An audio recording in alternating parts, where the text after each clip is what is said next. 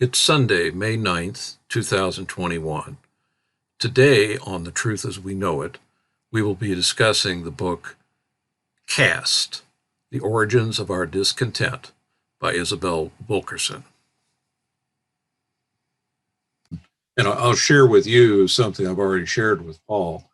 I belong to a men's group with Paul, and we've had Zoom meetings, for the last year. And I ran into some problems with people after I read this book, and I tried to introduce it to them. And I said, for the last, I don't know how long it's been, Steve, maybe 20 years, maybe even longer than that. Well, certainly longer than that, 30 years.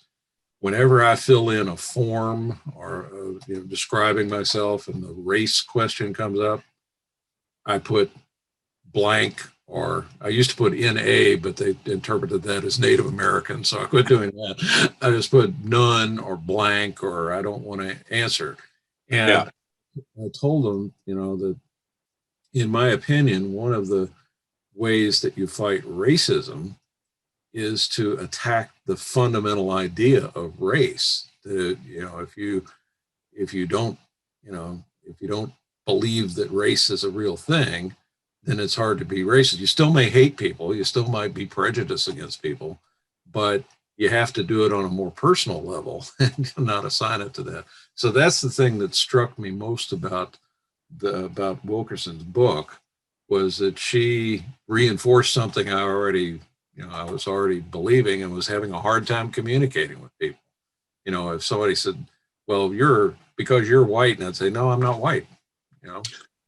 Well, oh no, race, everybody knows.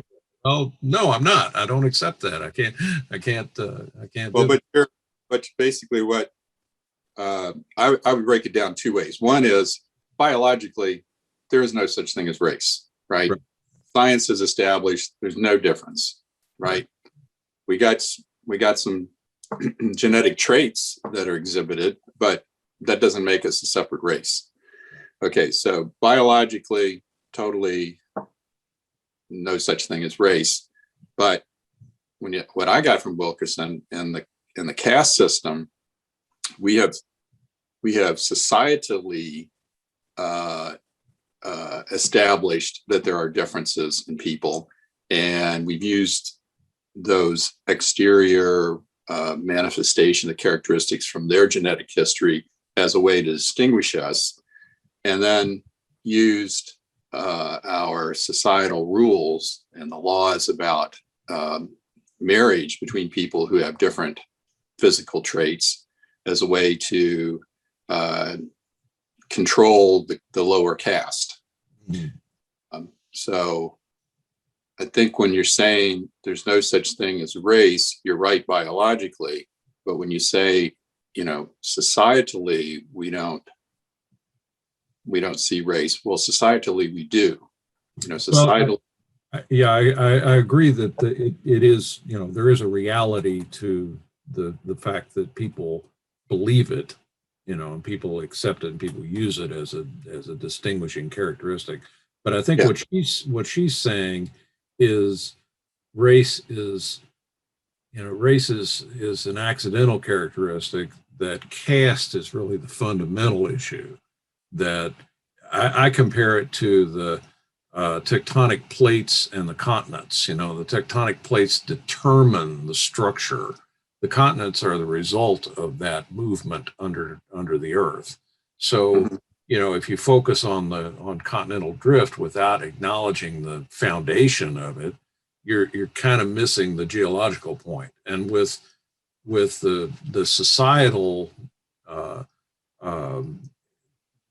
prejudice, let's say, which most people would say is based on race, she is trying to get us to refocus and say, no, wait a minute, this exists in other places. It's not a black and white thing. The skin color is a convenient way to enforce caste.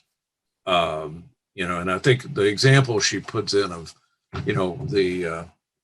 the difference between tall people and short people, if that were the basis we used, and all of the I think she said the short people were the superior group, then everyone would think of it in a different way. But there's still, the fundamental thing is people want to differentiate themselves and they want to stratify. And I want to be I don't want to be on the bottom of whatever system I'm in. And, I feel that that explains life a little more clearly to me, because I felt that growing up. It's kind of odd. I tell my kids this, that, I grew up in St. Matthews in the 50s. If there was a heaven on earth, it was in St. Matthews in the 50s. We were a privileged community. It was a very safe place. Families got along. It was kind of, Ozzie and Harriet and Leave It to Beaver. It was all of that going on here. And you had much the same experience. And yet I was made to feel in some ways that I was of a different class because my family didn't have a lot of money and we didn't drive the nicest car and so forth. And I felt like I was in a different caste from the people around me. And that affected me quite a bit. I remember, the kids would all talk about their Florida vacations. Well, we never did that. We never got the new TV set or anything. So this idea of people classifying themselves is something that goes far beyond what color skin you have. But when you do, when you have that feeling you want to be above and not below, and someone points out race, well, that's a convenient way. I'll use that. At least I'm better than those people. I had similar experiences growing up. I was pretty isolated, but we were living in a city. It was totally segregated, so we had no experience with Black students in class. I mean, it was totally white Catholic school, and so my sense was also colored. I guess in the 50s, I felt pretty comfortable. I didn't even think about middle class. So we were just, that was just life. Mm-hmm. I thought about it a little more once my parents were divorced when I was 13, and after that money became a big issue. So I thought about more in the 60s that we were kind of struggling to maintain middle class status. But my sense of being in an inferior class, this might sound a little funny, but I thought Catholics were persecuted. I remember that about martyrs and and the Romans, throwing the Christians into the lion's den or making them go out frozen ice, and so I knew we were Catholics, and so I thought, well, gosh, Catholics get persecuted a lot. We must be, really kind of in a bad situation. I felt that too. I remember the boy that lived next door to me would have argued. I remember him saying, he thought Protestants were better than Catholics. I remember that. We were 5 or 6 years old, and he was so I do remember that. And I remember even though, it's funny, I went to Holy Trinity Elementary School, and at the time I felt like we were the relatively poor school compared to the public schools. Well, I mean, it's completely the opposite now. I mean, this is right. Hello there, Paul. How you doing?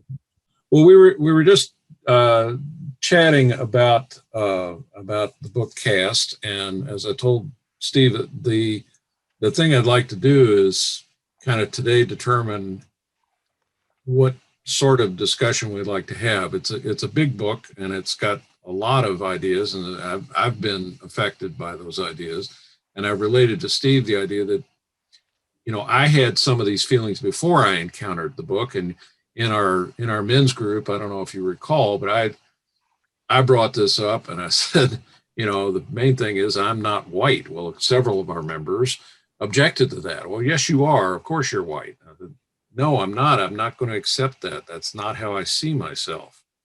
And so, I have interpreted from her book that first of all, the notion of race is a fantasy. It was conjured up in the 19th century, and as Steve pointed out, while biologically that's a correct statement, there's also the sociology involved, where race is a reality in most people's mind. I don't know if I'm saying that fairly, Steve, but there is. Yeah.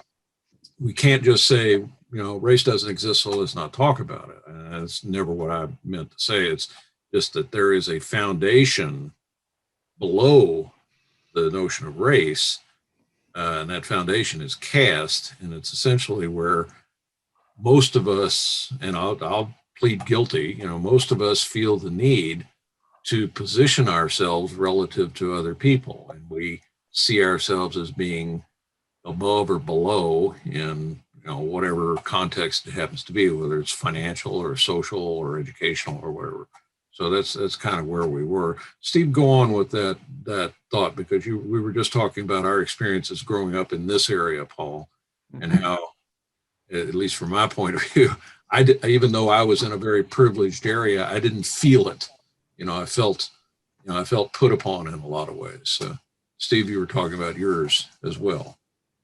Yeah. I was just saying, growing up with a very Catholic family and totally Catholic education. I mean, I went through Catholic schools all the way through college, and I faded away from the true belief in college. But before that, it was like part of the identity. You're Catholic, and the stories that they tell about all the saints and being persecuted in the beginning of Christianity sort of gave me, and I'm sure the rest of my family, the idea of, hey, Catholics are prosecuted. We got to stick together.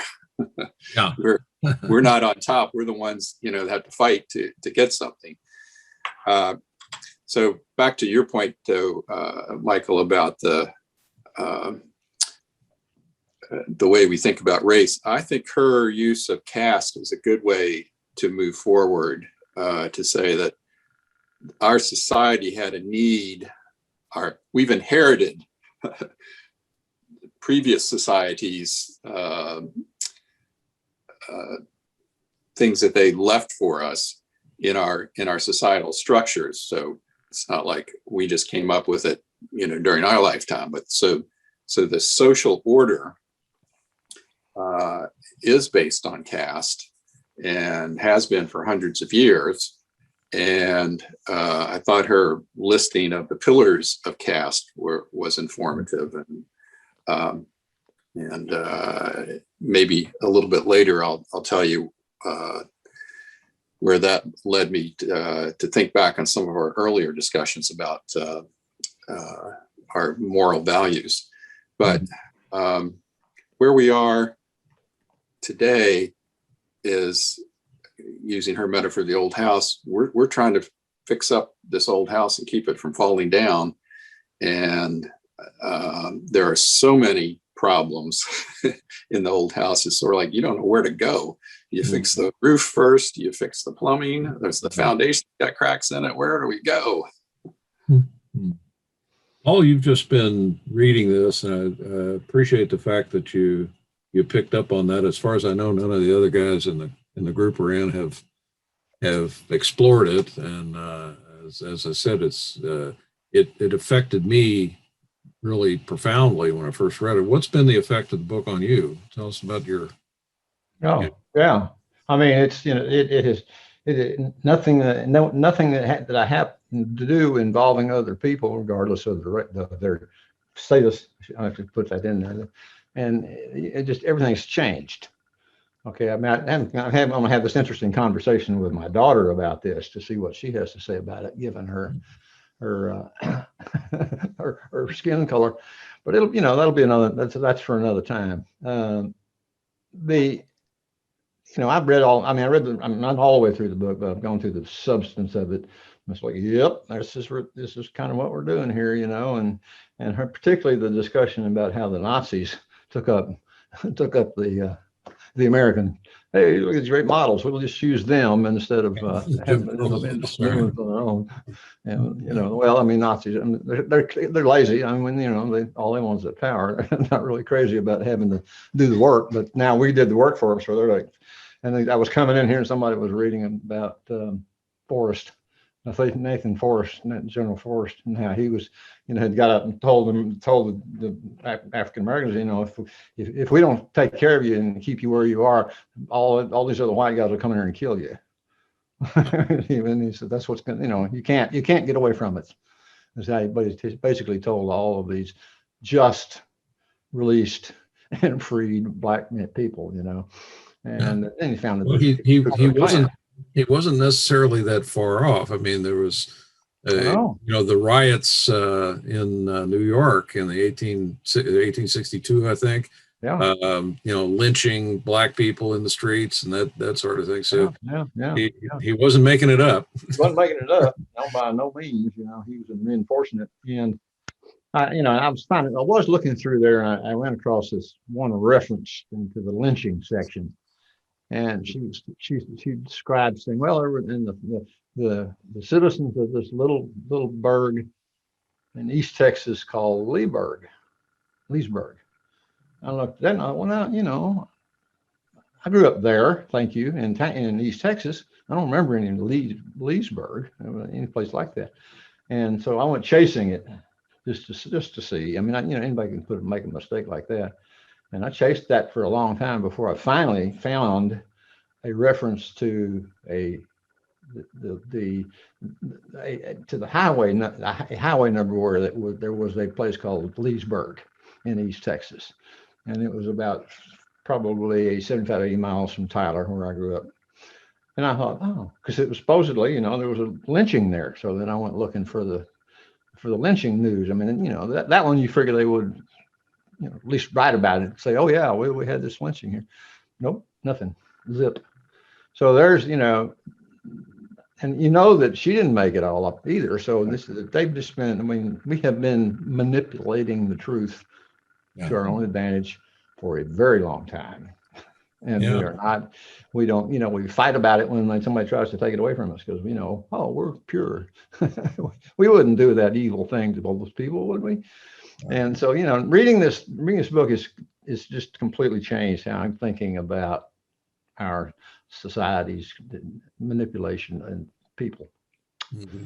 That's basically it in a nutshell. I'm reading, it's rereading. I'm turning on to everybody that I know of who might have be willing to read it, because it's pretty heavy duty. It's a heavy duty book. One of the things about it is, she is an African American, and it's something that we can share in common.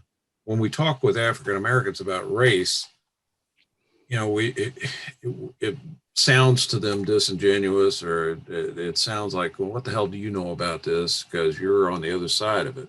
But when you talk about caste, there can be some common experience, and I think that's what's healthy about it. Is it, I cite an example the other day is, if you don't understand the difference between race and caste, imagine now, if you will, picture doorbell rings, there's a knock on the door, and you open it up, and there are two black men standing there. Imagine your response. Now imagine that it's Barack Obama and Denzel Washington. What is your response?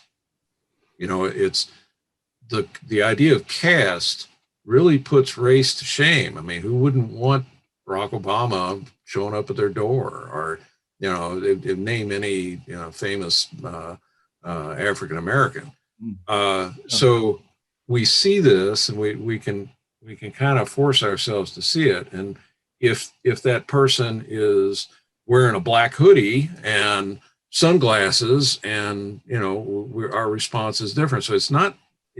That's been my point for a number of years. It's not the race in and of itself. It's race as a trigger to have us believe that, okay, if it's a black person, that's a threat to me. Well, if it's Barack Obama, is that a threat to you? Probably not. You're not going to see it that way. But it's a convenient hook that's, okay, that triggers something in your mind. I I don't know how to go forward with that, but it's a distinction for me that has a big difference. And also, if you know any African Americans who are prejudiced against other African Americans for whatever reason, some of it for skin color, there are differentiations among African Americans between dark skinned and light skinned people. So there's something else besides just this mistaken notion of race. And I think that she spells that out. To me, she spells that out pretty clearly in the book. I don't know if there's a particular part of this that was striking to you. Paul, you mentioned the section on lynching, but I guess I'm looking at the table of contents here. The part 2, the arbitrary construction of human divisions, was the one that really registered with me. That's the second section there. Reading through all that, it's real clear. You can apply it to just any number of other circumstances. You could put it in the movies and you say, oh, see, that's what they do in the movies too. You can go over here and put it in somebody in the military and say, see, this is how they do it there. See, so you see, it's not something that is manifestly part of that situation. It is something that we are doing to each other in order to maintain status and to keep ourselves from being at the bottom. That's always that issue. You don't want to be the guy at the bottom. You want to be somewhere in the middle if you can make it, or at the top. But actually, most people just want to be in the middle. Yeah. And that will do the job for most of us, because most of us aren't interested in power enough to fight about that. But so that was it. And I had this. My thing about it is, and this is for me, Michael. I came out of Northeast Texas, out of a little town, 5,000 people, and I didn't meet anybody. We had there were black people in town living on the other side of the tracks, right? And I won't tell you what they call that part of town, because you know what it is. Yeah. They call it. But we didn't have any, of course, we didn't have any black kids in school, but we also didn't have any Mexicans, or as we called them at the time, Mexicans. Well, one time, I think he was, in fact, a Mexican kid showed up for class and was there, and he was obviously terrified being there. I felt really sorry for him. And then they went away, because I think that this was part of, his parents were involved in the harvesting of cotton and, the stuff at that time. So that was what was going on. And it wasn't until I got to Tyler where I really realized how vicious East Texas is with regard to black people. I was having to be driving dark one night in a part of town I wasn't familiar with, and got stopped by the police, which was a black man. He wouldn't even hardly talk to me. He just said, just wait right here and I'll go get somebody else, which means somebody white, to come get me. And which they did, and they told me, what are you doing in this part of town? You should not be over here. I'm like, what? And Tyler, of course, is noted for its prejudice. I mean, in that part of town, I think you probably will recall the guy they dragged through the highway, chained to the back of his pickup truck. That was a little south of there. And yeah, I mean, this was Robert E. Lee High School, Tyler, Texas. There you go. And so yeah, I mean, for me, it was sort of there, but not absolutely, in your face all the time to be involved that. So it took me a while after it was like the 68s before I really began to understand what was happening and apply notions of culture, of race, of skin color, which is again only one of the several ways we make color distinctions. I mean, we make distinctions like that. The part that Wilkerson did about the guy I forget what his actual educational occupation was, but he was studying the people of the Caucasian, the Caucasus and mountains in Turkey and that area. And when he finally settled down and he picked the whitest, cleanest, nicest looking skull that he could find, and out of the bodies that never mind, he was busy stealing corpses. he found the one that was the best looking, and he said, okay, these are the Caucasians, and then he applied the label to the French and the Germans and so on. So it was not even that long ago that we had that information shoved into the system in order to talk. Of course, everybody likes to go somebody that looks good, right? Sure. Oh yeah. So that was kind of, for me, reading that book, it's like, okay, this is just one. There's just one more. I mean, that's all we're going to do from as long as we're reading this book, we're going to be going, oh yeah, there's that. Oh yeah, there's that. That desire. You mentioned, Paul, no, everybody wants to be in the middle, and I would like to explore that a little bit more, because in some surveys you ask people, what, not caste or race, but what class you belong to. And a huge percentage of Americans, something in the 90% range, say that they are middle class. And everybody hardly anybody will say they're lower class. And and conversely, people won't say they're upper class either. They'll refrain from that. So, Steve, is the notion of class distinct from caste? Or is it the same sort of thing? Class, to me, always seemed more related to wealth than to anything else. But is there a distinction to be made? Well, I think wealth and the culture that goes with the different levels of wealth. Yeah. Well, I think Isabel Wilkerson hit it right. If you can act your way out of the issue, then it's a class issue. And if you're relegated into a specific slot, no matter how you act, then it's a caste issue. So I think that makes sense as a way to look at it. I wanted to bring up a thought that occurred to me as I was looking at the pillars of the caste system that she identified. When we were looking at the moral values that Jonathan Haidt talked about in that talk, he listed sanctity, purity as one of them, and of course her first pillar of caste was that there's a divine will or natural law that is used to justify a caste system. And of course, I think what's happening to this is it's a perversion of moral value. If you can say, well, the divinity says that we're divided into different classes, and people who have a value of purity and sanctity, they want to be associated with what the divinity thinks is the right thing to do. And of course, who's telling them? It isn't the divinity that's telling them. There's other people who are telling them what the divinity wants. But they think they're getting closer to the divinity, and we're perverting their sense of morality in that way, and in other ways. And those pillars of caste, people's morals and values are like their group loyalty. Okay, this is the way our group does things. We don't mix the blood of our group with the blood of some other group. So let's make these laws to keep that other group separate and keep them down while we become the superior group.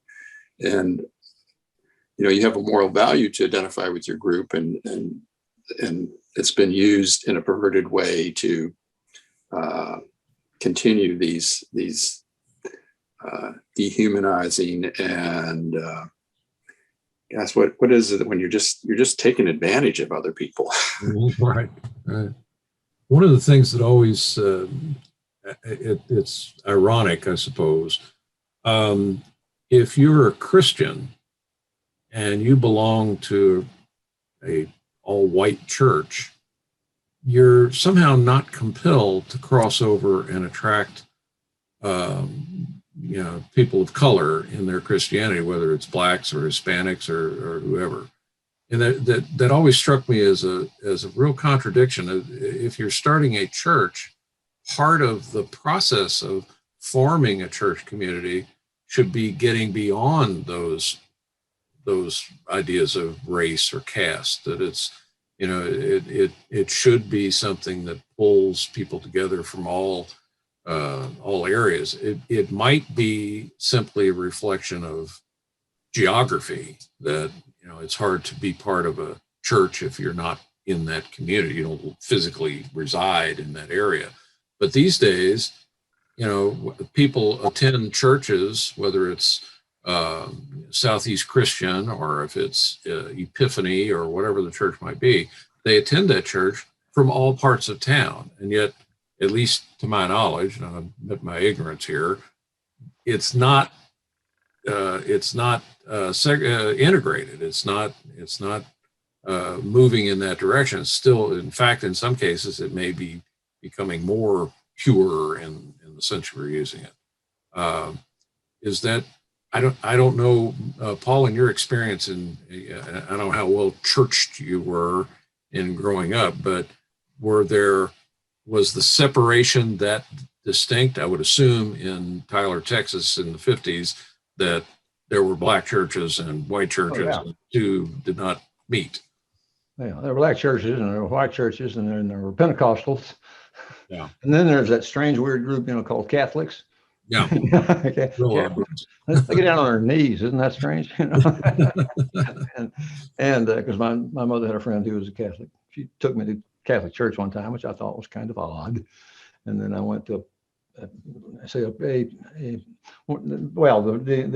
subset of Catholic churches that are Christian, but not really like standard Christians. So they're the ones where people, hallelujah, Jesus, and fell down on, and that freaked me out when I ran into that for the very first time. Woo, what is this? But yeah, so there's, we divided up according to people who believe as we do. That's why we do it. That's how you reinforce yourself, is to get somebody who believes as you do, and then, hey, here we're all together. But is there a shared belief that transcends the skin color? Yeah. I mean, if you want to adhere to the Beatitudes or the commandments or whatever, isn't the same for everybody? I mean, I think I know the answer to the question I'm asking, but it's one that I'm surprised people in church don't ask themselves. If we're so so much followers of Christ, how come we all look the same? I mean, he was one who reached out to the Samaritans and to the the people of different groups. So what I'm looking for is we've identified the kind of the structure of caste, and we have race as an overlay on that, and yet there are other divisions like our religious affiliation that Those are tools that also follow those same tendencies, that we can't seem to escape it, no matter whether it's in the boardroom or in the sacristy. It's always there, this division. And that's, I was talking about our men's group before, and it surprised me that someone would say, well, they're obviously where there are whites and there are blacks. And I'm thinking, wait a minute, I thought this was an enlightened liberal group here. Do you not understand? But no, it's there too. We've met the enemy and he is us, sort of thing. Well, the problem for Christianity has always been that it is highly prone to dividing itself up, the group, wherever they are, into smaller sizes of people. Right. I mean, there's like if you go to the Church of Christ, Good Southern Church, every single church is different in terms of what they believe. Right. That's what that church is. That's what I had to ask somebody one time. I said, why are they doing? Because my mother had joined one, and my sister was in. And so she just said, well, that's one, we believe there's a group here, this is, and they weren't all the same. all believe exactly the same. You know, some of them you could play music in church, and some of them you couldn't.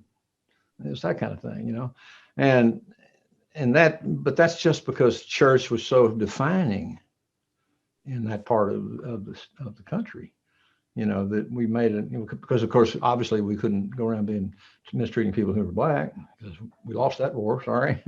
and you know, so this is one of the ways of doing that, but it's not the only one, and it's not necessarily the most one that defines people in the most severe way.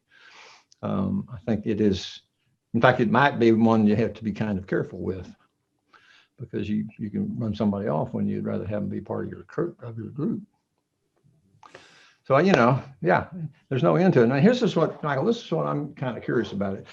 We all sat here and we were looking through this and we're like, yep, we understand it. And we do. I think we pretty much got a grasp of what she was writing about there.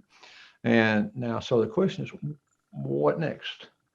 How do you extrapolate that out into the real world and talk to people about it, or write about it, or sing about it, or you know, what do you do to and should we? I mean, we are people who like to divide ourselves up and say, okay, we're all part of this group, and we're going to divide ourselves up and say we're all part of this group that's, you know, it's enlightened, because we know that we're all not really all part of this group. It could get really crazy.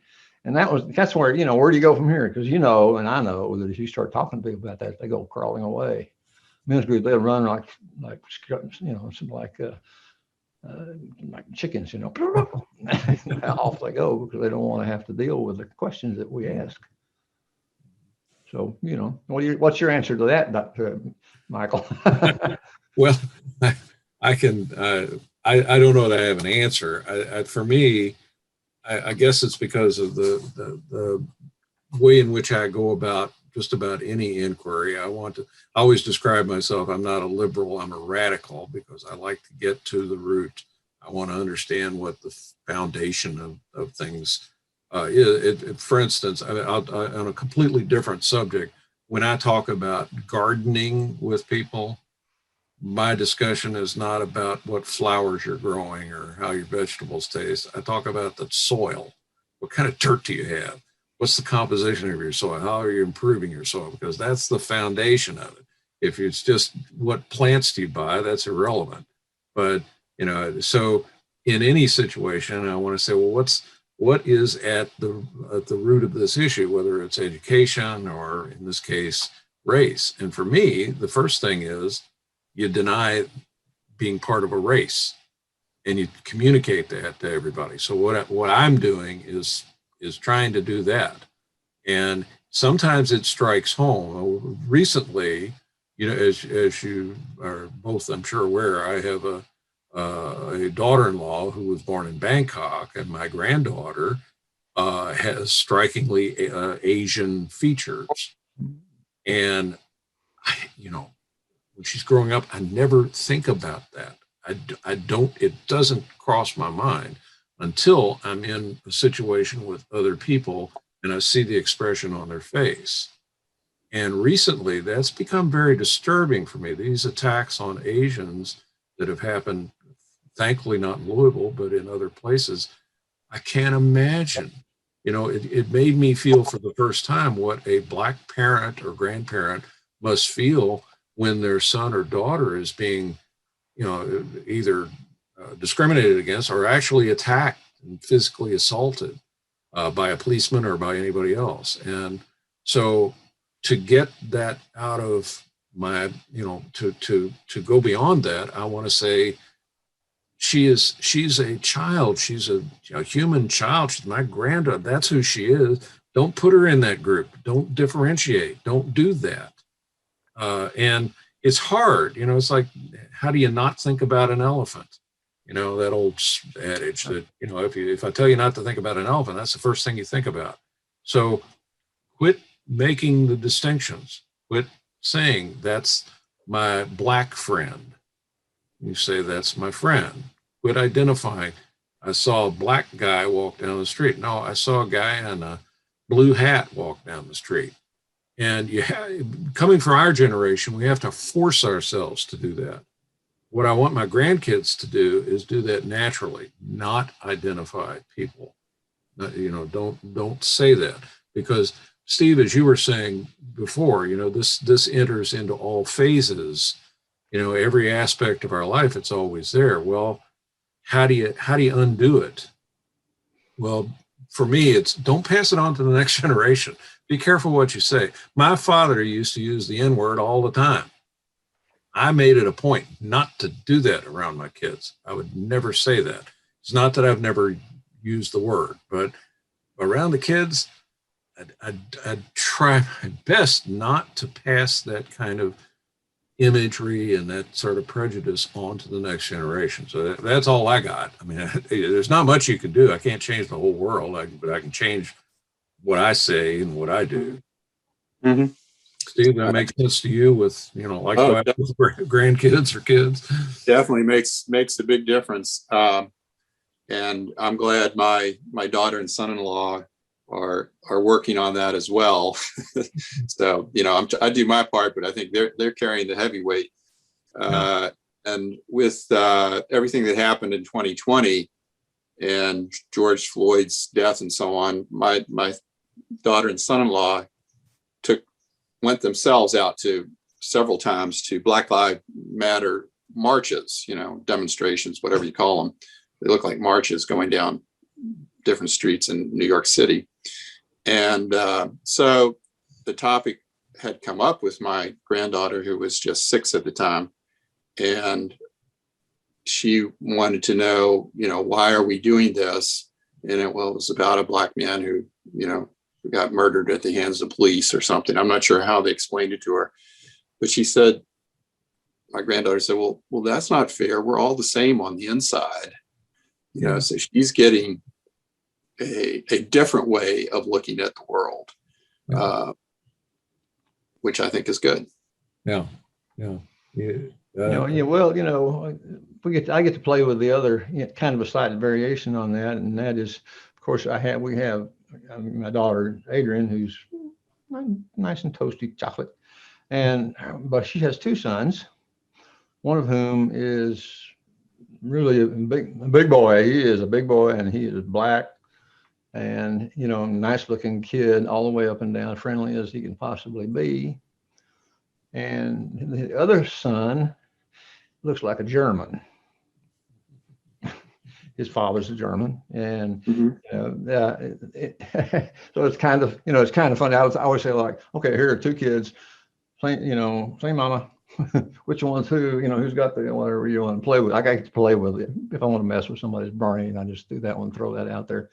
But the thing is, the problem is, I have to tell their father, Alan. I said, particularly with Jamie, the big Black kid, I said, I hope you've had the talk, and because he would be the target. He's a big Black man, and Alan is an ex-military guy, so he's quite hostile to the idea that anybody mess with his kids. And so, he's like, yeah, well, we take care of that, and he's done it. But the other one, he looks like a white guy. Looks like a white guy. No question. You would not know that he had any kind of obviously we're all white guy in that sense, but he's obviously a Caucasian, as we now define them and are defining him. And if he goes and somebody meets him in the street, I'm sure they all thought, oh, there's a white guy. So it gets complicated really fast, and you got to do something. You got to do something about it. How do I want to not tell. I don't want to tell anybody, except in situations like this where I say, well, I've got this 2 kids and 2 grandsons and so on. Because I'm sure they already know. Everybody that knows them knows it, and so I haven't talked to them about it. That their father just basically says, anybody gives me any grief, bang. Well, it's a hard thing to break through. And as I was saying, how do you make sure that we put a stop to this in the future? And I think that's from my perspective, it's imagining this future where that kind of thing doesn't happen, and looking at, well, how do we get from where we are to there? And I hear this constantly when I make a statement about my attitudes towards this idea of race. I hear people say, yes, but in the real world, this, and in reality, and you have to, and they make the assumption that there is a reality where I have to acknowledge it. I have to say it's there. So I understand what you're saying about giving the kid the talk, but I hope the talk takes the nature of, there are stupid people in the world and there are dangerous people in the world, and you have to be careful of them. Doesn't mean they're right, but when I taught my kids to drive, I told them, when you're driving a car, assume everybody on the road is crazy and drunk and drive accordingly, because there are some people who are crazy and drunk, and you need to protect yourself. Crazy, drunk, and blind, Michael. Crazy, drunk, and blind, and insane. Yes, but I hope maybe as a grandfather of a girl who is Asian by appearance, I need to inform her, and her mom informs her too, that there are these people out there, and we think they're nuts, and you need to be cautious. The same way you would tell a young girl, don't talk to strange men, because there are a lot of perverts out there who are going to take advantage of you. It puts it in the same context. But I want to refrain from legitimizing the premise that race is a reality. I want to deny that reality. I want them to understand that I deny that reality. And I thought one of the interesting tales in the book was when she talked about the teacher who did the experiment with the kids based on eye color, the brown-eyed kids and the blue-eyed kids, and then she reversed the polls on it, and suddenly the blue-eyed kids were the minority.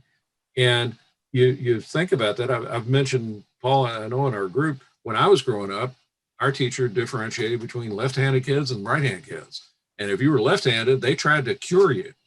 They wanted you to learn to do it right-handed, because left-handed was so. And we don't do that anymore. We quit thinking about it, so it quit becoming relevant.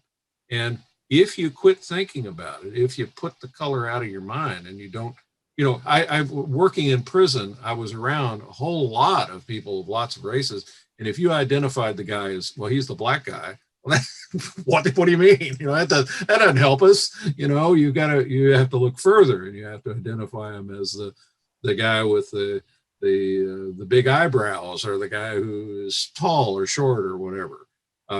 And if we quit making that easy identification and quit saying it over and over, we quit doing it. We don't identify blue-eyed people and brown-eyed people. Well, some people do. It makes a big difference. Well, they're crazy. It doesn't make any difference. So we quit doing it. So I don't know. You ask a question, what do we do? That's what I got. Steve, I'm talking too much here. What do you feel like in your own response to all of it? What things are you trying to do? I guess I'm at the point where my contact with people, where I could make some change. I'm not really relating to people who don't think a lot like we do. Yeah, I think this is the pandemic. Retired. I'm not in the work world. I'm with family and friends.